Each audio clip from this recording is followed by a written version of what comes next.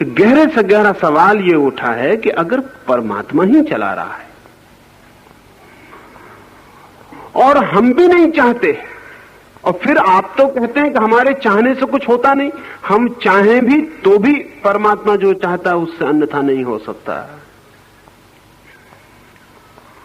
और हम चाहते भी नहीं कि बुरा कर्म करें और परमात्मा तो चाहेगा क्योंकि बुरा कर्म हो, फिर कौन हमें धक्के देता है और बलात् बुरे कर्म करवा लेता है? फ्रॉम वेयर इज इविल, ये बुराई कहां से आती है? अलग अलग चिंतकों ने अलग अलग उत्तर खोजे। जो बहुत गहरे नहीं गए उन्होंने कहा शैतान है, वो करवा लेता है। उत्तर खोजना जरूरी था, लेकिन कोई बहुत गहरा उत्तर नहीं। वो कहते हैं डेविल है, एक पापात्मा है, वो सब करवा लेती। लेकिन ये उत्तर बहुत गहरा नहीं है, क्योंकि अर्जुन को अगर ये उत्तर दिया जाए तो अर्जुन कहेगा वो परमात्मा उस पापात्मा पर कुछ नहीं कर पाता, वो परमात्मा उस शैतान को कुछ नहीं कर पाता। तो क्या वो शैतान परमात्मा से भी ज्यादा शक्तिशाली है? और अगर शैतान परमात्मा से ज्यादा शक्तिशाली तो मुझे परमात्मा के चक्कर में क्यों उलझाते हो? मैं शैतान को ही नमस्कार करूं।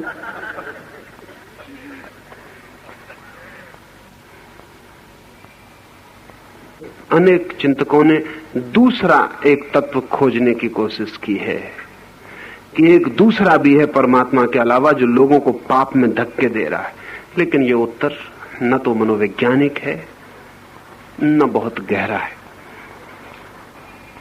इसे तो केवल वे ही राजी हो सकते हैं जो किसी भी चीज के लिए राजी हो सकते हैं। इस उत्तर से और कोई राजी नहीं हो सकता। इसलिए कृष्ण ऐसा उत्तर नहीं देते। कृष्ण बहुत मनोवैज्ञानिक उत्तर देते हैं। वो ये कहते हैं, प्रकृति के 3 गुण हैं,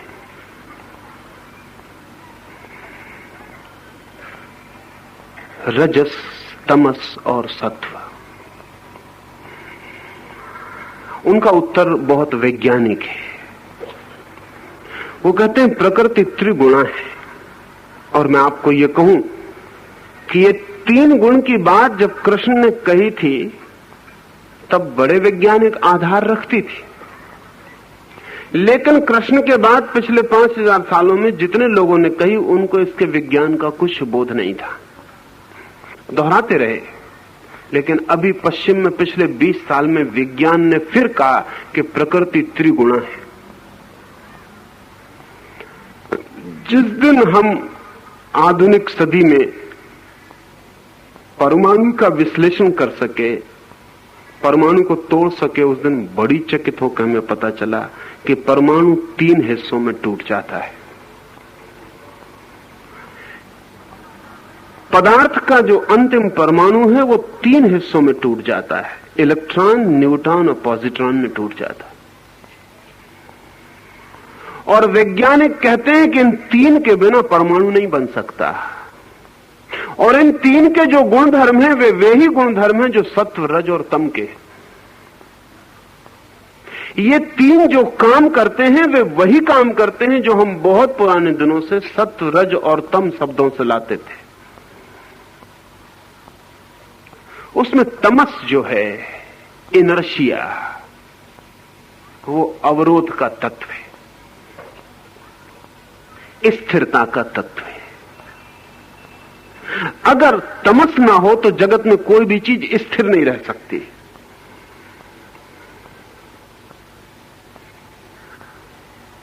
आप एक पत्थर उठा के फेंकते हैं, अगर जगत में कोई तमस ना हो, कोई ग्रेविटेशन ना हो, रोकने वाली कोई ताकत, अवरोधक ना हो, तो फिर पत्थर कभी भी गिरेगा नहीं। फिर आपने फेंक दिया, फिर वो चलता ही रहेगा अनंत काल तक। फिर वो गिरेगा कैसे? कुछ अवरोध, कोई जो रोकता हो। आप भी पृथ्वी पर नहीं हो सकेंगे, कभी के हम उड़ गए होते। वो जमीन खींच रही तमस, ग्रेविटेशन का भार हमें रोके हुए। अभी जो अंतरिक्ष यात्री अंतरिक्ष यात्रा पर गए, उनकी बड़ी से बड़ी कठिनाइयों में एक कठिनाई ये है कि जैसे ही जमीन के ग्रेविटेशन के बाहर होते हैं 200 मील के पार, वैसे ही कशिश समाप्त हो जाती है तो आदमी गुब्बारे जैसा हो जाता है। जैसे गैस भरा गुब्बारा उड़ने लगता। तो अगर बेल्ट ना बंधा हो कुर्सी से तो आप यान के तत्काल कुर्सी से उठ के यान के टप्पर से गुब्बारे की तरह टकराने लगेंगे, फिर नीचे भी उतर नहीं सकते, कोई ताकत काम नहीं करती नीचे उतरने के लिए। चांद पर यही कठिनाई है, क्योंकि तमस चांद का कम है, 8 गुना कम है। इसलिए चांद पर अगर हम मकान बनाएंगे तो चोर 8 गुना ऊंची छलांग लगा सकता है। फुटबॉल को वहां चोट मारेगा खिलाड़ी तो यहां जमीन पे जितनी ऊंची जाती है उससे 8 गुनी ऊंची चली जाएगी।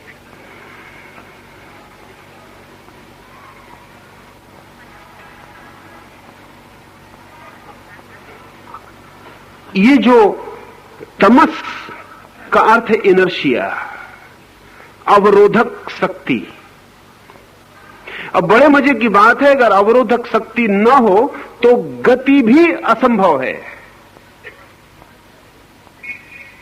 गति भी इसीलिए संभव है कि अवरोधक शक्ति का उपयोग कर पाते हैं। आपकी कार में जैसे ब्रेक ना हो फिर गति भी संभव नहीं है, आप पक्का समझ लेना। फिर कार चलनी भी संभव नहीं है, इसका मतलब नहीं कि नहीं चल सकती, चल गई, बस एक ही दफे चल गई। उसमें वो ब्रेक भी चाहिए जो अवरोधक है। एक्सीलरेटर ही काफी नहीं है, उसमें अवरोधक। जीवन एकदम विस्फोट हो जाए अगर उसमें रोकने वाली ताकत ना हो। इनर्शिया, तमस जो है वो रोकने वाली ताकत है। तेजस जो है वो गति की, मूवमेंट की ताकत है। ये उल्टी ताकतें हैं। तमस रोकता, रजस गति देता, शक्ति है, एनर्जी है।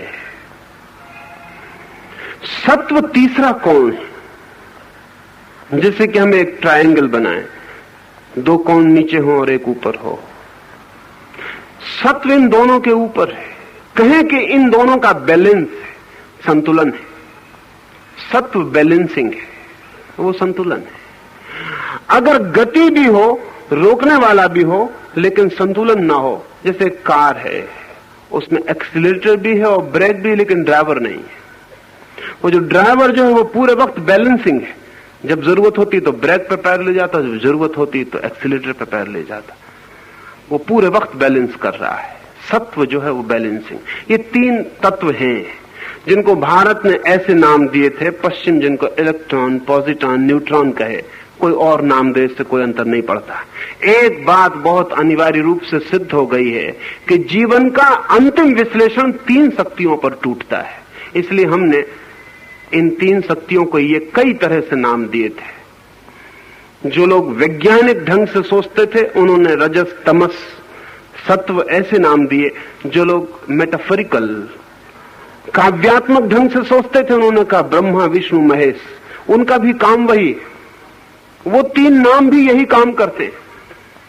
उसमें ब्रह्मा सर्जक शक्ति है, विष्णु सस्टेनिंग, संभालने वाले, और शिव विनाश करने वाले। उन 3 के बिना भी नहीं हो सकता। ये जो इलेक्ट्रॉन, न्यूट्रॉन और पॉजिट्रॉन है, ये भी ये 3 काम करते हैं। उसमें जो न्यूट्रॉन है वो निगेटिव है, वो ठीक शिव जैसा है, निगेट करता है, तोड़ता है, नष्ट करता है। उसमें जो पॉजिट्रॉन है वो ब्रह्मा जैसा है, पॉजिटिव है, इसलिए पॉजिट्रॉन उसका नाम है। वो विधायक है, वो निर्माण करता है। और उसमें जो इलेक्ट्रॉन है वो न नेगेटिव है न पॉजिटिव है, वो सस्टेनिंग है, वो बीच में है, बैलेंसिंग है।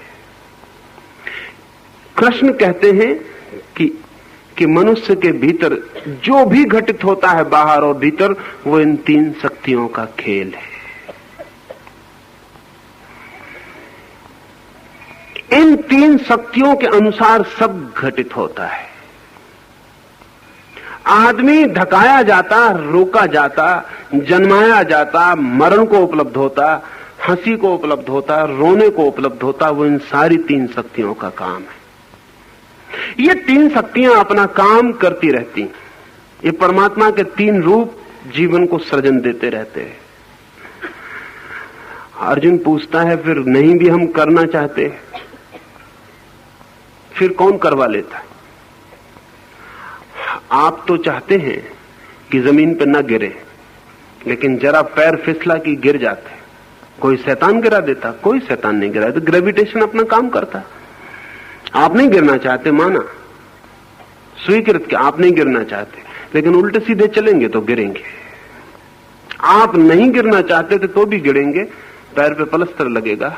आप डॉक्टर से कहेंगे मैं नहीं गिरना चाहता था, और परमात्मा तो टांग तोड़ता नहीं किसी की, क्यों तोड़ेगा? इतना बुरा तो नहीं हो सकता कि अकारण मुझ भले आदमी के जो गिरना भी नहीं चाहता उसकी टांग तोड़ दे, लेकिन मेरी टांग क्यों टूट गई? तो डॉक्टर वही उत्तर देगा जो कृष्ण ने दिया। डॉक्टर कहेगा ग्रेविटेशन की वजह से। जमीन में गुरुत्वाकर्षण है, आप कृपा करके संभल के चलें। उल्टे सीधे चलेंगे तो ग्रेविटेशन टांग तोड़ देगी। क्योंकि प्रत्येक शक्ति अगर हम उसके अनुकूल ना चलें तो नुकसान पहुंचाने वाली हो जाती, अगर अनुकूल चलें तो नुकसान पहुंचाने वाली नहीं होती। प्रत्येक शक्ति का उपयोग अनुकूल और प्रतिकूल हो सकता है। अब मनुष्य के भीतर कौन सी शक्तियां हैं जो उसे बलात्, जैसे कि एक आदमी नहीं गिरना चाहता और गिर जाता और टांग टूट जाती, और एक आदमी क्रोध नहीं करना चाहता और क्रोध हो जाता और खोपड़ी खुल जाती, या दूसरे की खुल जाती, या खुद की खुल जाती। क्या कौन कर जाता है ये सब? परमात्मा। परमात्मा को क्या प्रयोजन है? और परमात्मा ऐसे काम करे तो परमात्मा हम उसे कैसे कहेंगे? कोई कहेगा शैतान। कृष्ण नहीं कहते। कृष्ण कहते हैं सिर्फ जीवन की शक्तियां काम कर रही हैं। मनुष्य के भीतर क्रोध है, वो भी अनिवार्य तत्व है। कहें कि वो हमारे भीतर नेगेटिव फोर्स है। क्रोध विनाश की शक्ति है हमारे भीतर। प्रेम हमारे भीतर निर्माण की शक्ति है, और विवेक हमारे भीतर बैलेंसिंग फोर्स है।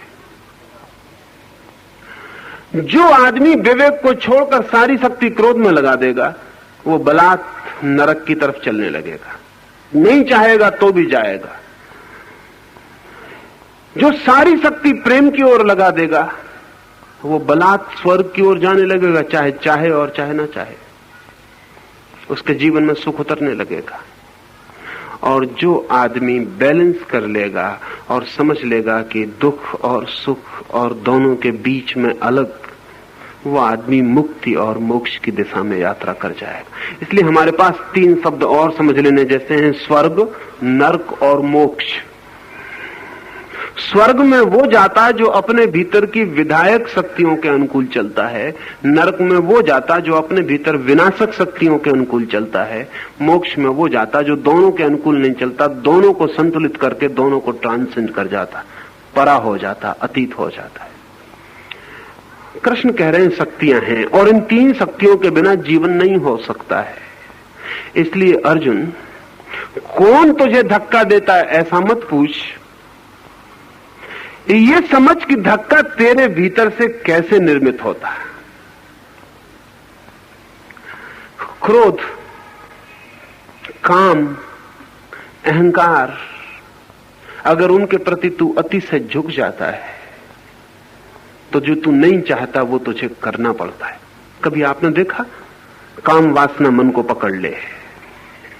कहना ठीक नहीं है कि काम वासना मन को पकड़ ले।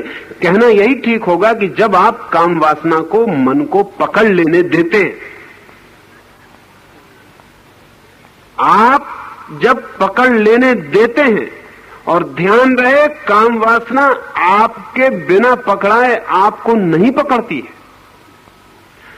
हाँ, एक सीमा होती है हर चीज की, उसके पार मुश्किल हो जाता है रोकना। एक सीमा होती है। जगह जगह हमने कार के ट्रैफिक पे लिखा हुआ है कि यहां 5 मील रफ्तार। क्यों? कि वहां इतने ज्यादा लोग गुजर रहे हैं कि अगर 30 मील रफ्तार हो तो रोकना समय पर मुश्किल है, 5 मील हो तो समय पर रोकना आसान है।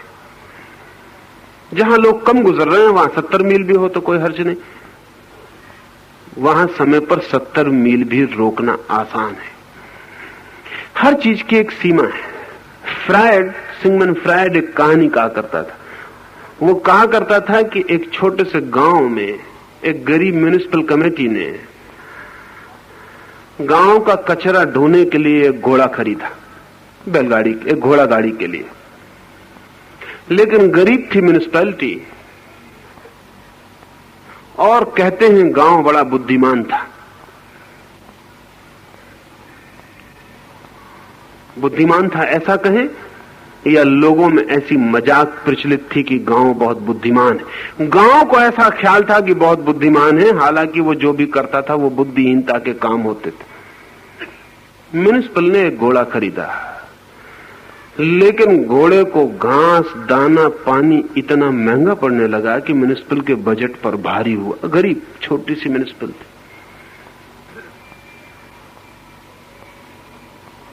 कमेटी बुलाई गई, उन्होंने तय किया कि क्या किया जाए। उन्होंने कहा कि आधा राशन करके देखा जाए घोड़े के लिए,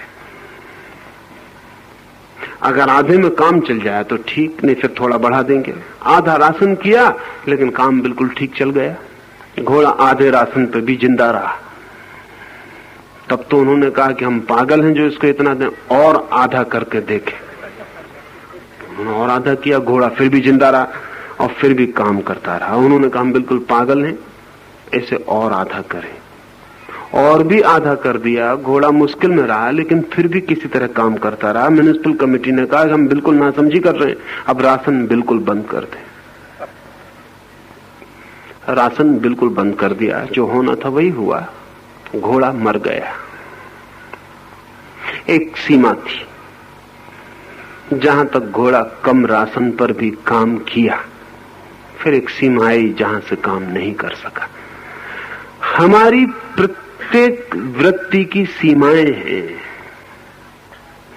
जहां तक हम उन्हें रोक सकते हैं और जहां से फिर हम उन्हें नहीं रोक सकते। एक विचार मेरे मन में उठा, शब्द बना मेरे भीतर, अभी मैं आपको न कहूं तो रोक सकता हूं। फिर मेरे मुंह से शब्द निकल गया, अब इस शब्द को वापस नहीं ला सकता। एक सीमा थी, एक जगह थी, मेरे भीतर विचार भी था, शब्द भी था, ओंठ पर भी आ गया, फिर भी मैं रोक सकता हूं। फिर एक सीमा के बाहर बात हो गई, मैंने आपसे बोल दिया, अब मैं इसे वापस नहीं लौटा सकता। अब कोई उपाय इसे वापस लौटाने का नहीं है। एक जगह थी जहां से वापस लौट जाता।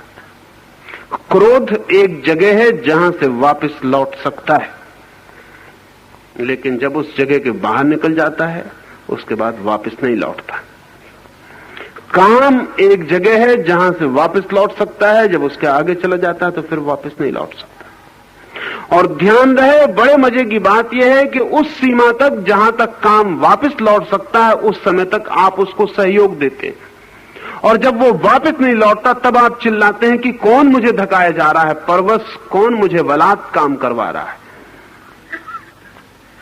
इसे ठीक से भीतर समझेंगे तो ख्याल में आ जाएगा। एक जगह है जहां तक हर वृत्ति आपके हाथ में होती है, लेकिन जब आप उसे इतना उकसाते हैं कि आपका पूरा शरीर और पूरा यंत्र उसको पकड़ लेता है, फिर आपकी बुद्धि के बाहर हो जाती है। फिर आप कहते हैं कि नहीं नहीं, और फिर भी घटना घट के रहती है। तब आप कहते हैं कौन बलात् करवाए चले जाता है, जबकि हम नहीं करते हैं, कोई नहीं करवाता। शक्तियां करती हैं, लेकिन करवाने का अंतिम निर्णय गहरे में आपका ही कोऑपरेशन है, आपका ही सहयोग है। कृष्ण इतना ही कह रहे हैं कि कोई बैठा नहीं है पार तुम्हें क्रोध में, काम में, युद्ध में, लड़ाई झगड़े में ले जाने को। प्रकृति के नियम हैं, अगर उन नियमों को तुम समझ लेते हो और समता को, संतुलन को उपलब्ध होते हो, अनासक्ति को, साक्षी भाव को उपलब्ध होते हो, विवेक को, श्रद्धा को उपलब्ध होते हो, तो फिर तुम्हें कोई फिक्र करने की जरूरत नहीं। फिर जो भी होगा परमात्मा पर। लेकिन जब तक तुम ऐसी समता को और अनासक्ति को उपलब्ध नहीं होते, भीतर तुम आसक्ति को पालते चले जाते हो, बारूद में चिंगारी डालते चले जाते हो। फिर जब आग भड़क के मकान को पकड़ लेती तब तुम कहते हो मैं तो चाहता नहीं था कि आग लगे, लेकिन यह आग लग गई है। बारूद का नियम है, धर्म है, वो आग लगा देगी। तुमने चिंगारी फेंकी, चिंगारी का धर्म है कि वो आग पकड़ा देगी। और जब बारूद भड़क उठेगी तब तुम छाती पीटोगे और चिल्लाओगे कि ये तो मैं नहीं चाहता था। कभी आपने देखा एक आदमी हत्या कर देता है। दोस्तोयेवस्की का एक बहुत कीमती उपन्यास है क्राइम एंड पनिशमेंट। उसमें रस्कोल्निकोव नाम का एक पात्र, वो रोज अपने सामने उसके मकान मालकिन जो है, उसकी मकान की बुढ़िया जो मालकिन है, वो कोई 70 साल की बूढ़ी औरत, वो गिरवी रखने का काम करती है और लोगों से खींच के ब्याज चूसती है। मरने के करीब है लेकिन रत्ती भर दया नहीं करती। कोई नहीं है उसका, बहुत धन है। वो रस्कोल्निकोव एक विद्यार्थी है, वो देखता रहता अपनी खिड़की से। गरीब आदमी गिड़गिड़ाते हैं, रोते हैं, चिल्लाते हैं, लेकिन कुछ भी नहीं। उनके कपड़े भी उतरवा लिए जाते हैं। कोई दया नहीं, कोई ममता नहीं। कई बार उसके मन में होता है इस बुढ़िया को कोई मार क्यों नहीं डालता, इसके होने की कोई जरूरत ही क्या है। ये मर भी जाए तो हर्ज क्या है। ये मर जाए तो सैकड़ों लोग जो उसके चक्कर में फंसे हैं वो मुक्त हो जाएं। गरीब किसान, गरीब मजदूर, गरीब लोग, विधवा औरतें, बीमार आदमी, वो सब उससे ब्याज पे रुपया ले लेते हैं। फिर वो कभी चुकता नहीं, उनकी चीजें भी चुक जाती हैं और उनको अदालत में मुकदमे भी चलते हैं, सजाएं भी हो जाती हैं। रोज यही काम। वो कई बार सोचता है कोई इसकी गर्दन क्यों नहीं दबा देता, और बहुत बार उसके हाथ खुद भिज जाते हैं कि गर्दन दबा दूं। फिर वो सोचता है कि मुझे क्या मतलब, और मैं क्यों दबाऊं, और मेरा क्या बिगाड़ा। फिर वो बात भूल जाता है। फिर ऐसे वर्षों चलता रहा। फिर एक दिन उसे भी फीस भरनी है और घर से पैसे नहीं आए, तो अपनी घड़ी रखने उस बुढ़िया के पास गया। सांझ का वक्त है, उसने घड़ी बुढ़िया को दी। बुढ़िया ठीक से देख नहीं सकती, 70 साल उसकी उम्र है। वो खिड़की के पास घड़ी को ले जाके देखती है रोशनी में कि ठीक है या नहीं, कितने पैसे दिए जा सकते हैं। अचानक बस रस्कोल्निकोव को क्या हुआ कि उसने जाकर उसकी गर्दन दबा दी। उसे पता ही नहीं चला कब ये हुआ। गर्दन जब दब गई और जब उसके हाथ में उसकी नसें उभर आई और खून उसके मुंह से गिरने लगा, तब वो घबराया कि ये मैंने क्या कर दिया। वो बुढ़िया नीचे गिर पड़ी, तब उसे पता चला ये तो मैंने हत्या कर दी।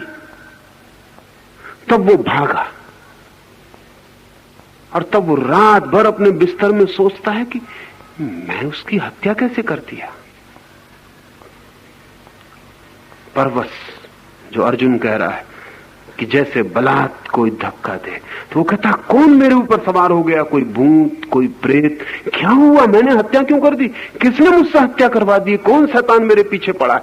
कोई उसके पीछे नहीं पड़ा है। 2 साल तक उसने सोचा, तैयारी की, 2 साल तक उसने शक्तियों को रस दिया, 2 साल तक हाथ भींचे, 2 साल तक मन में क्रोध का जहर फैलाया। वो सब तैयार हो गया। बीज बोते वक्त किसको पता चलता है कि वृक्ष निकलेगा। बीज बोते वक्त किसको पता चलता है कि इतना बड़ा वृक्ष पैदा होगा।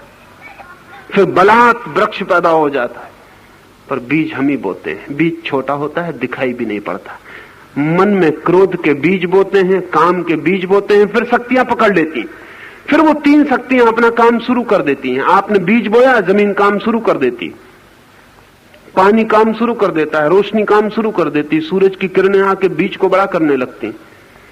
आप हैरान होंगे कि जमीन बहुत कम काम करती है। अभी एक वैज्ञानिक ने प्रयोग किया, नाप तौल के प्रयोग किया कि एक बट वृक्ष को लगाया एक गमले में, बड़े गमले में, नाप तौल के बिल्कुल, इतनी मिट्टी, इतना गमले का वजन, इतने वृक्ष के बीज का वजन, सब नाप तौल के लगाया।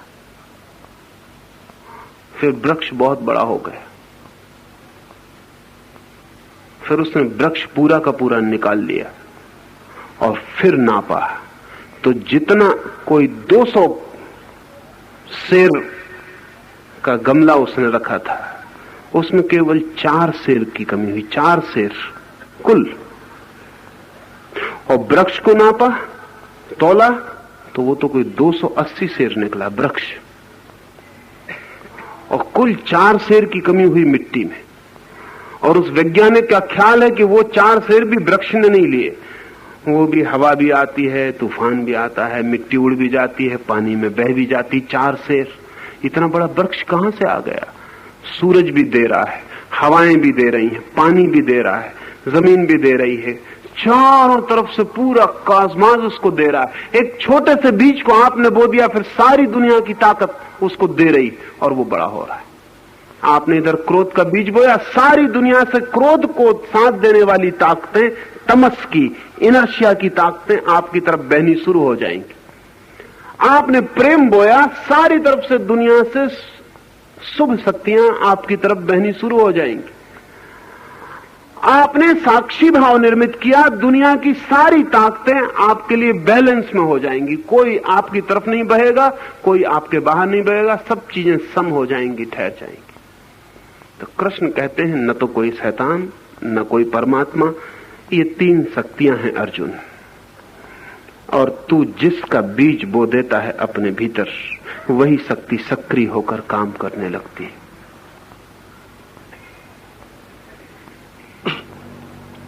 आचार्य जी, तीनों गुणों से चलने वाली सृष्टि ईश्वर ने बनाई। तमस गुण मनुष्य की प्रकृति में ईश्वर ने दिया, उसके पीछे क्या उद्देश्य ईश्वर का है? ईश्वर का कोई उद्देश्य नहीं होता। उद्देश्य की भाषा सदा मनुष्य की है। उद्देश्य तो उसका होता है जिसे भविष्य में कुछ पाना हो। जैसे एक आदमी, एक कुम्हार एक घड़ा बनाता है, उसका उद्देश्य होता है कि बाजार में बेचना, या उसका उद्देश्य होता है कि घर का पानी भरना। फिर एक वान गाग चित्र बनाता। वान गाग से कोई पूछता है कि चित्र तुमने किस उद्देश्य से बनाया, तो वो कहता कोई उद्देश्य नहीं है, बनाना ही मेरा आनंद है।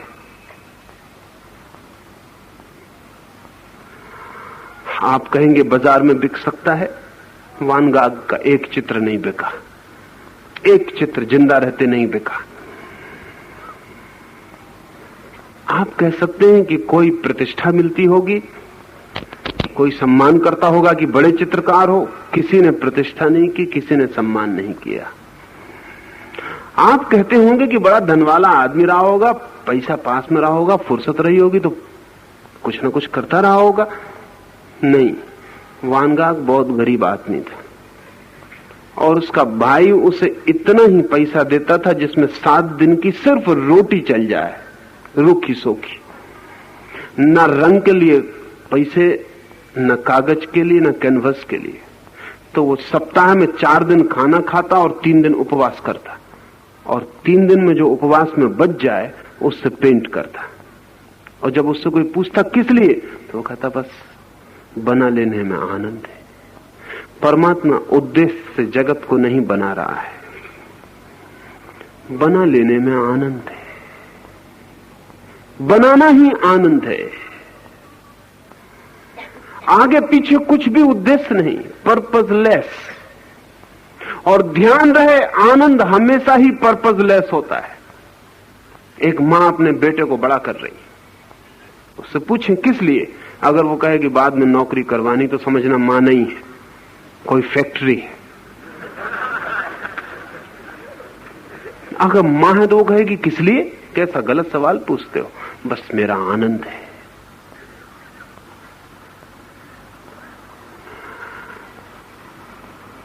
परमात्मा के लिए सृष्टि आनंद है, उसका आनंद कृत्य है, इसलिए उद्देश्य तो कोई नहीं।